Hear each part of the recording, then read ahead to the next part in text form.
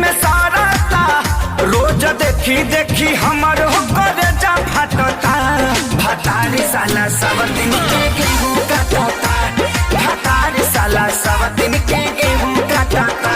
जब मना करी हमारा के रोजो डांटता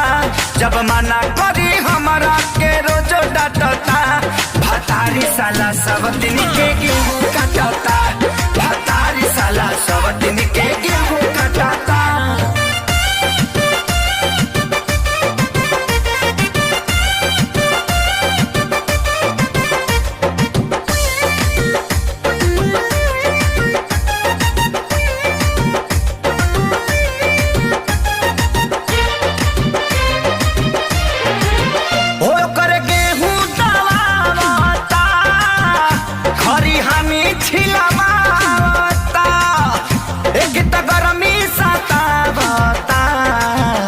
किसी मुहावता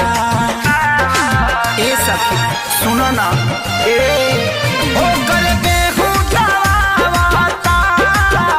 हरी हानि छिलवावता हो लेके तो गरमी सतावता किसी मुहावता दुखवा ताही हो कैसे कही हो भइल कुकुर के रहन जूठे पतल चाटता भतारी साला सब दिन के गेहूं काटता भतारी साला सब दिन के गेहूं काटता जब मना करी हमारा के रोजो डांटता जब मना करी हमारा के रोजो डांटता